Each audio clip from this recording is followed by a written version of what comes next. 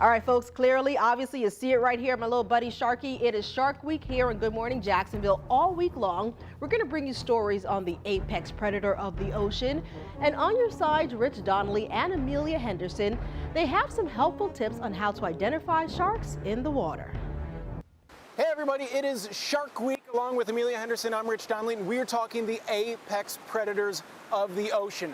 Now, for those of you who are not familiar with Amelia, she is our shark expert because of her extensive experience with the sharks. Yes, absolutely. So I used to be a shark feeder in the Bahamas. Now what that means is we were actually out in the open ocean. I was wearing metal that's completely surrounding you. So it kept you safe, but I went down with a spear and just a box of bait and went down and pretty much hand-fed sharks for a living. People who are just trying to enjoy a day at the beach aren't going to bring their own chainmail. Right. But what are some telltale signs for people to identify that a shark might be present when they're still on the beach before they get in the water? Yeah, absolutely. We all want to be safe when going into the water, having a good time. So a few just typical signs. You're watching out for fins in the water. Also dark shadows. That's your first indication, probably something in the water you don't want to see. But another tip, a lot of people don't know about this, we talked about this earlier, is if you're in the water and you see an abundance of activity, as in birds coming down into the ocean, maybe playing with some of the fish that are there,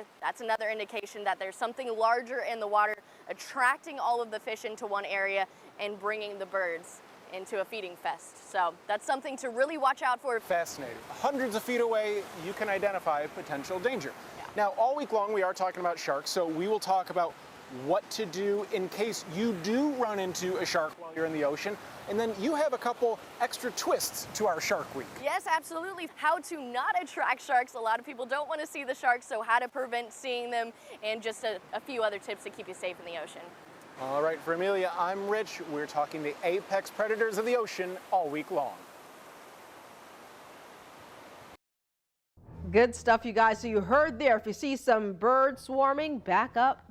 One of these might be nearby. So we're talking sharks all week long here in GMJ. We're going to cover topics like ways you can avoid attracting a shark, as well as the science behind these incredible sea creatures and why sharks, they say, are not the man-eaters that people believe they are. That's all week right here on GMJ. Let's check it now with meteorologist Lauren Routenkrantz.